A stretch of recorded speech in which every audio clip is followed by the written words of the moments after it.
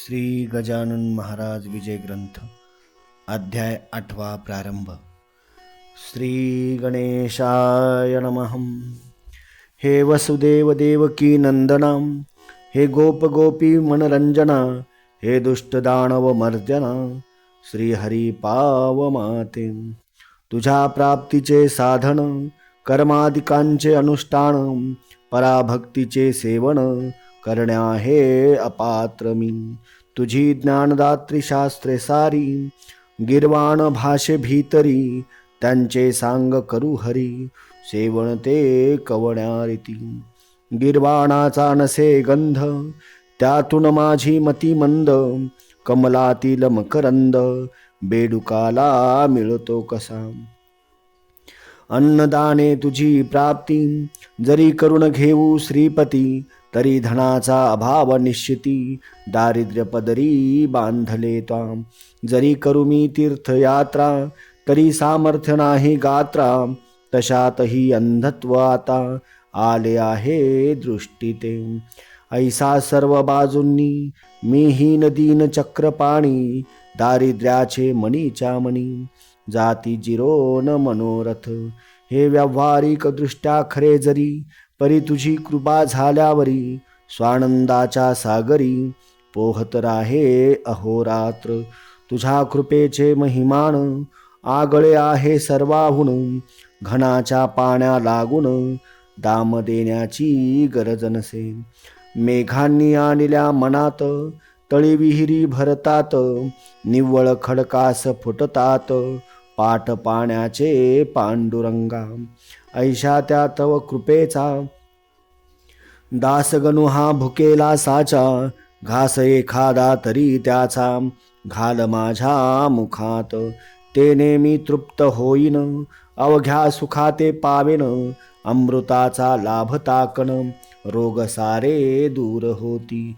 असो मागील अध्यायी, देशमुख पाटला ठाई, मुक्कामा ते दुफळी बाई, येऊन बैसली हे ऐकिले। जेथ जेथही नांदे दुफळी, तेथ तेथही करी होळी, अवघ्या सुखांची रांगोळी, हिच्या पायी होतसे। क्षयरोग तो शरीराला, वा दुफळी रोग समाजाला, नेतसे यम सदनाला, प्रयत्न पडती लुळे तेथ। असो तळ्याची या काठावर, देशमुखाचा एक महार, करू लागला चरचर, या खंडू पाटला पुढे। पाटील गावीचा अधिकारी, पाटील गावीची पांढरी, काही कामावरून खरी, कुरबुर झाली उभयतात। तो असे मर्या महार, देशमुखाचा ज्याला जोर, तो बोलला उणे उत्तर, खंडू पाटला कारणे। पाटील वदला त्यावरी, तुझी रीत ही नाही बरी, गरीबाने पायरी, आपली कधी सोडू नये। उनी उत्तरे बोलण्याचा, अधिकार आहे देशमुखाचा, तुझ्यासारख्या नकट्याचा नाही हे जाण मनी। तरी महार ऐकेना, करू लागला चेष्टा नाना, त्याच्या ऐकोनी भाषणा, पाटील खवळला मानसी। बाचाबाचीचे कारण, होते अति शुल्लक जाण, कागद ठाण्या लागून, पाठवणे होते पाटलाला।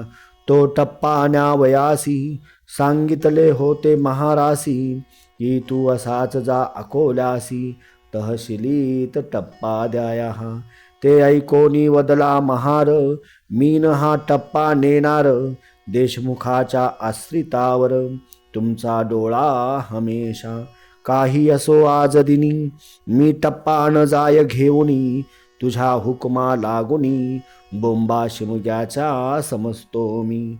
ऐसे वदनी बोलला, हावभावही तैसा केला, मूठ वळुनी हात नेला, त्याने आपुल्या मुखापुढे।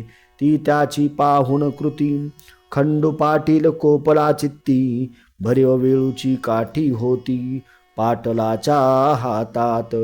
त्याच काठीचा केला प्रहार, महाराच्या हातावर, पाटील मूळचा जोरदार, त्याने रागे केला प्रहार हा। त्या प्रहारे करुणी हात गेला मोडुनी, महार बेशुद्ध होऊनी पडता झाला भूमीवर. पाटील दुसऱ्या महाराला गेले टप्पा द्यावयाला. तो इकडे वृत्तांत कैसा झाला तो आता सांगतो. तो महार त्याच्या आप्तांनी नेला उचलून देशमुख सदनी. मोडला हात हे पाहुनी देशमुख ते संतोषले. वा वा छान गोष्ट झाली आपणा कुरापत काढण्या भली. ही अनायासे संधी आली ती उपयोगी न दवडणे. त्यांनी त्या महारासी तात्काळ नेले कचेरीसी. समजाविले अधिकाऱ्यासी खोटे नाटे विबुध हो. कोठेही दोन पक्षात वाकडे आल्या यत्किंचित. काट्यांचेच होतात नायटे ते अवलोका. फिर्याद त्या महाराची पुस्तकात नोंदली साची. आज्ञा झाली अधिकाऱ्याची पाटील पकडून आणावया. शेगावी झाली पुकार उद्या हे पडणार. पाटलाच्या पदी थोर बेडी करी हतकड्या. ते खंडू पाटला समजले धाबे त्याचे दणानले. तोंडचे पाणी पळाले झाला अति चिंतातूर. ज्या शेगावी मी वाघा परी वागत होतो आजवरी. तेथेच का हा श्रीहरी प्रसंगानिला बेडीचा. अब्रुदारास अपमान वाटे मरणाहून मरण. बंधू गेले घाबरून काही विचार सुचेना. खंडू हताश होऊन बसला तो एक विचार सुचला त्याला. श्री गजानन महाराजाला साकडे हे घालावे. त्या साधूचे वाचून या संकटाचे निरसन. करणारान कोणी आण राहिला या वऱ्हाडी. लौकिकी यत्न करण्याला बंधू गेले अकोल्याला. खंडू पाटील नीट आला समर्थाकडे रात्रीस. येताच केला नमस्कार शिर ठेविले पायावर. महाराज आला कठीण फार प्रसंग तो माझ्यावरी. सरकारी कामानिमित्त मी एका महाराप्रत. तळ्यापाशी ताडिले सत्य करातील काठीने. त्याचा ऐसा परिणाम झाला काट्याचा नायटा केला. देशमुख मंडळींनी भला माझे अहित करण्यास. त्यानिमित्त कैद मला होण्याचा उद्या प्रसंग आला. समर्था माझ्या इज्जतीला तुझविन कोण रक्षिल. उद्या येतील राजदूत मला येथुनी नेण्याप्रत. बेडी ठोकोनी पायात ऐसे आज ऐकिले. त्यापेक्षा गुरुवरा गळा माझा येथेच चिरा. ही घ्या तलवार देतो करा वेळ करू नका हो. अब्रुदारा कारण बेइज्जत हेच मरण. अपराध माझा त्यातून अतिअल्प दयाळा. त्या अपराधरूपी खड्याचा हा डोंगर झाला साचा. अभिमान माझ्या अब्रूचा धरा समर्था ये काळी. जयद्रथाच्या वेळेला अग्निकाष्ट भक्षण्याला होता अर्जुन तयार झाला. केवळ आपुल्या अब्रूस्तव तेथे भगवंताने भली अब्रुत्याची रक्षण केली. प्रभूने वस्त्रे नेसविली द्रौपदीला सभेत. ते विमम अब्रुही पांचाळी देशमुख कौरवांनी आणली. नग्न करण्यासाठी भली तिचे करा हो रक्षण. ऐसे वदून समर्थाला पाटील रडू लागला. आसवांचा तो चालला पूरनेत्रा वाटे हो. घरची माणसे चिंतातूर आधीच झाली होती फार. नाही त्यांच्या शोका पार तो सांगावा कोठवरी. इकडे समर्थांनी भले दोन्ही हाती कवटाळिले. खंडू पाटला हृदयी धरिले त्याचे सांत्वन करावया. अरे काम करत्या पुरुषाप्रत ऐशी संकटे येतात. वरच्यावरी जाण सत्य त्याची चिंता वाहू नको. स्वार्थदृष्टी बळावता ऐसेच होते तत्वता. खऱ्या नीतीची ही वार्ता अणुमात्र त्या कळत नसे. तुम्ही पाटील देशमुख दोघे जण एका जातीचे असून एकमेकांचे नुकसान स्वार्थे करू पाहता. मागे कौरव पांडवात स्वार्थेच आला विपट सत्य, परी पांडवांचा पक्ष तेथ न्याय खरा होता की. म्हणून पांडवा कारणे साह्य केले भगवंताने, सत्यासाठी मारणे भाग पडले कौरवांना. जा भिवू नकोस तिळभर, बेडीन तुशी पडणार, किती जरी केला जोर देशमुखाने आपला. तेच पुढे खरे झाले, पाटील निर्दोषी म्हणून सुटले, जे का संत मुखा वाटे आले ते न खोटे होई कधी. पाटील मंडळी उत्तरोत्तर भजू लागली साचार, कोणा नाही आवडणार अमृत ते सेवावया. पुढे खंडू पाटलाने करून विनंती प्रेमाने, नेले राहावया कारणे समर्थाला निजगृही. असता पाटील सदनात गजानन स्वामी समर्थ, ब्राह्मण आले अवचित 10-5 तैलंगी. तैलंगी विद्वान असती, कर्मठ वेदावरी प्रीती, परिधनाचा लोभ चित्ती राही ज्यांच्या विशेष. ते काही मिळेल म्हणून समर्थांकडे आले जाण, तै होते पांघरून घेऊन समर्थ निजलेले. त्यांना जागे करण्याप्रत ब्राह्मण म्हणू लागले मंत्र, जटेचे ते स्वरांसहित अति उच्च स्वराने. मंत्र म्हणण्यात चूक झाली, 3 त्यांनी दुरुस्त केली, म्हणून आसनी उठून बसली गजाननाची स्वारी पहा. आणि ऐसे वदले ब्राह्मणाला, तुम्ही कशासाठी वैदिक झाला, हिनत्व वेद विद्येला आणू नका रे निरर्थक. हीन विद्या पोटाची मोक्षदात्री आहे साची, बाडोईस बांधल्या शालीची किंमत काही राखा हो. मी म्हणतो ऐसे म्हणा, खरे स्वर मनी आणा, उगीच भोळ्या भाविकांना सोंग आणून नाडू नका. जेरूच्या ब्राह्मणांनी म्हणण्या सुरू केली जाणी, तोच अध्याय समर्थांनी धडधड म्हणून दाखविला. चूक न कोठे म्हणण्यात शब्दोच्चार स्पष्ट सत्य, वाटे वसिष्ठ मूर्तिमंत वेद म्हणण्या बसलासे. तैलंगी ते ऐकून चकित झाले, अधोदन बैसले, मुखवरी करण्या आपुले, भयमनी वाटले त्या. सूर्य उदय झाल्यावर त्याच्या पुढे का होणार, दीपांचा तो जय जयकार, त्यांची किंमत अंधारी. विप्र म्हणती आपुल्या मणी, हा पिसा कशाचा महाज्ञानी, चारी वेद याच्या वदनी नांदतात प्रत्यक्ष. हा विधाताच होय दुसरा, शंका येथे नुरली जरा, हा असावा ब्राह्मण खरा, जातीने की निसंशय. परमहंस दीक्षा याची वार्ता न उरली बंधनाची, कोणत्याही प्रकारची हा जीवनमुक्त सिद्धयोगी. काही पुण्य होते पदरी, म्हणून मूर्ती पाहिली खरी, हा वामदेव याला दुसरी, उपमान ती द्यावया. असो खंडू पाटला कडून त्या ब्राह्मणा लागून, देते झाले दयाघन रुपया दक्षिणा. ब्राह्मण संतुष्ट झाले, अन्य गावा निघून गेले, महाराजही कंटाळले उपाधीला गावच्या. श्रोते खऱ्या संताप्रत उपाधीनासे पटत, दांभिकाला मात्र भूषण होते तियेचे. गावाची ये उत्तरेला एक मळा सानिध्याला, या मळ्यात भाजीपाला होता बहुवस.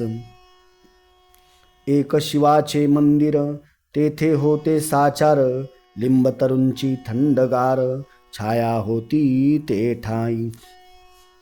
हा कृष्णाजी पाटलाचा मळा होता मालकीचा, हा कृष्णाजी खंडूजीचा सगळ्यात शेवटला भाऊ असे.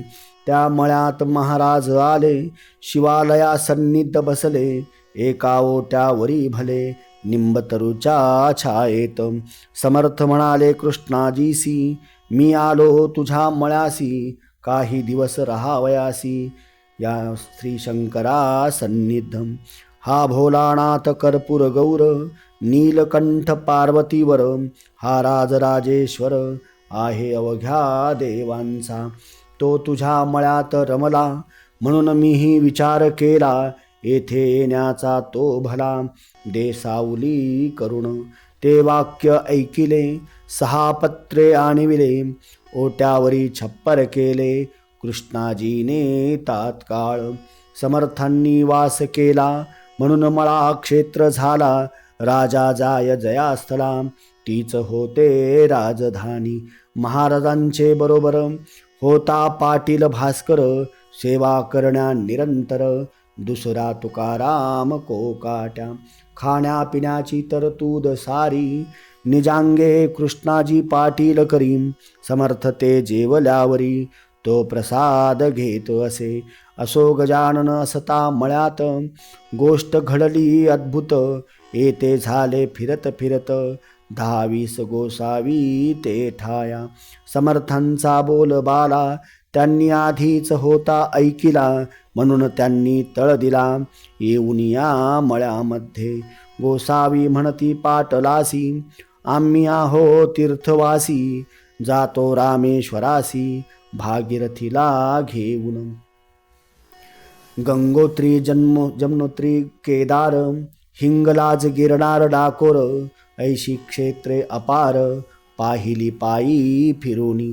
ब्रह्मगिरी गोसाव्याचे आम्ही शिष्या हो साचे, महाराजही आमुचे आहेत सांप्रत बरोबर. हे महासाधू ब्रह्मगिरी ज्यांचा बंदा गुलाम हरी, ती मूर्ती आली घरी तुझ्या पूर्व भाग्याने. शिरापुरींचे अयाचित आम्हा द्यावे तुम्ही त्वरित, लागे जो ओढण्याप्रत गांजा तोही पुरवावा. 3 दिवस येथे राहू, चौथे दिवशी येथून जाऊ, पाटील नका कष्टी होऊ, साधून घ्या ही पर्वणी. तुम्ही पोशिला मळ्यात वेडा पिसा नंगा धूत, मग आम्हा देण्या अयाचित मागे पुढे का पाहता. गाढवासी पोशिती गाईस लाथा मारिती, ते का म्हणावे सन्मती पहा विचार करून. आम्ही गोसावी वैराग्य भरित जाणतो अवघा वेदांत, मर्जी असल्या मळ्यात या पोथी ऐकावया. कृष्णाजी म्हणे त्यावरी उद्या घालीन शिरापुरी, आज आहेत भाकरी त्याच जाव्या घेऊन. जी तुका गांजा ओढाल ती तुका तेथेच मिळेल, तेथे चालता बोलता कंठनीळ बसला हे पत्र्यामध्ये. 2 प्रहराची वेळा खरी घेतल्या चून भाकरी, मळ्यात येऊनी विहिरीवरी बसले गोसावी भोजना. समर्थांच्या समोरी एका छपरा भीतरी, गोसाव्यांनी लाविली खरी आपापली कडासने. त्यांचा जो होता महंत ब्रह्मगिरी नामे सत्य, तो भगवद्गीते प्रत वाचू लागला अस्तमानी. गोसावी श्रवणा बैसले गावातूनही काही आले, पोथी ऐकावया भले त्या ब्रह्मगिरी गोसाव्याची. नैनम छिंदती हा श्लोक निरूपणाचा होता देख, ब्रह्मगिरी पक्का दांभिक स्वानुभवाचा लेश नसे. निरूपण त्याचे ऐकले गावकऱ्यास नाही पटले, ते आपसात बोलू लागले हा नुसता शब्द छल. सारे पोथी ऐकल्यावरी येऊन बैसले पत्र्या भीतरी, गजाननाच्या समोरी संत दर्शन घ्यावया. लोक म्हणती छपराला निरूपणाचा भाग झाला, येथे पत्र्यास बैसला स्वानुभवाचा पुरुष हा. तेथे ऐकला इतिहास येथे पाहिला प्रत्यक्ष पुरुष, या भाषणे गोसाव्यास राग आला काहीसा. अवघे गोसावी गांजा प्याया बसले होते घेऊन या, त्या पत्र्याची या ठाया चालली चिलीम गांजाची. पत्र्यात पलंगाच्या वरी बसली होती समर्थ स्वारी, चिलीम भरून वरच्यावरी प्याया देई भास्कर. त्या चिलमीच्या विस्तवाची, ठिणगी पलंगी पडली साची, ती पडताना कोणाची दृष्टी न गेली तिच्यावर. काही वेळ गेल्यावर निघू लागला धूर, पलंग पेटला अखेर एकदम चहू बाजूंनी. तो प्रकार पाहता भास्कर बोले सद्गुरुनाथा, पलंग सोडा शीघ्र आता या खाली उतरून. लाकडे ही पलंगाची आहेत की सागाची, तीन आता विझायाची पाण्या वाचून दयाळा. तै समर्थ बोलले वाचे, भास्करा अग्नी विझविण्याचे कारण नाही तुला साचे, जलमुळीच आणू नको. अहो महाराज ब्रह्मगिरी, या बैसा पलंगावरी, तुम्हा हे अवगत खरी भगवद्गीता साकळली. त्याच्या परीक्षेची वेळ आणिले हरीने तात्काळ, ब्रह्मांड जाळी अनळ याचा प्रत्यय दाखवा. नैनम छिंदती श्लोकावर व्याख्यान केले एक प्रहर, आता का मानिता दर या पलंगी बसण्याचा. जा जा भास्करा लवकरी, ब्रह्मगिरीला करी धरी, आणून बसवी अत्यादरी या जळत्या पलंगास. ऐशी आज्ञा होता क्षणी, भास्कर गेला धावूनी, ब्रह्मगिरीचा सव्य पाणी धरिला त्याने निज करे.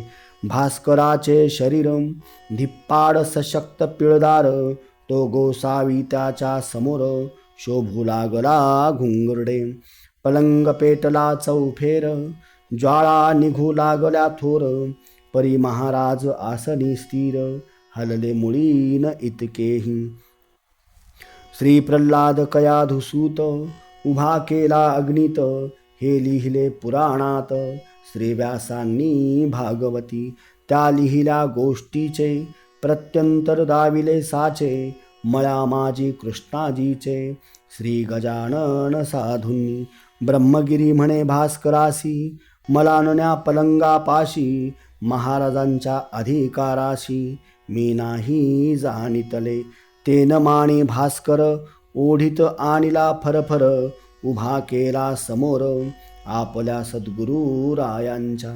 नैनम दहती पावक, हे खरे करून दावा वाक्य, ऐसे बोलता महाराज देख, गोसावी परम घाबरला. गोसावी म्हणे भीत भीत, मी पोट भऱ्या आहे संत, शिरापुरी खाण्याप्रत मी झालो गोसावी. माझ्या अपराधाची क्षमा साच करी शांतीधामा, केला खटाटोप रिकामा गीताशास्त्र शिकण्याचा. तुला पिसा मी म्हणालो, आता पस्तावा पावलो, मी दाती तृण धरून आलो, शरण तुला अभय दे. शेगावच्या जनांनी केली समर्था विनवणी, आपणा अग्नीपासूनी भय नाही हे खरे. तरी महाराज आमच्या करिता खाली यावे लवकर आता, अशा स्थितीत पाहता तुम्हा आम्हा धडकी भरे. म्हणून आमच्यासाठी उतरा खाली ज्ञान जेठी, गोसावी झाला हिमपुटी तो न काही बोलला.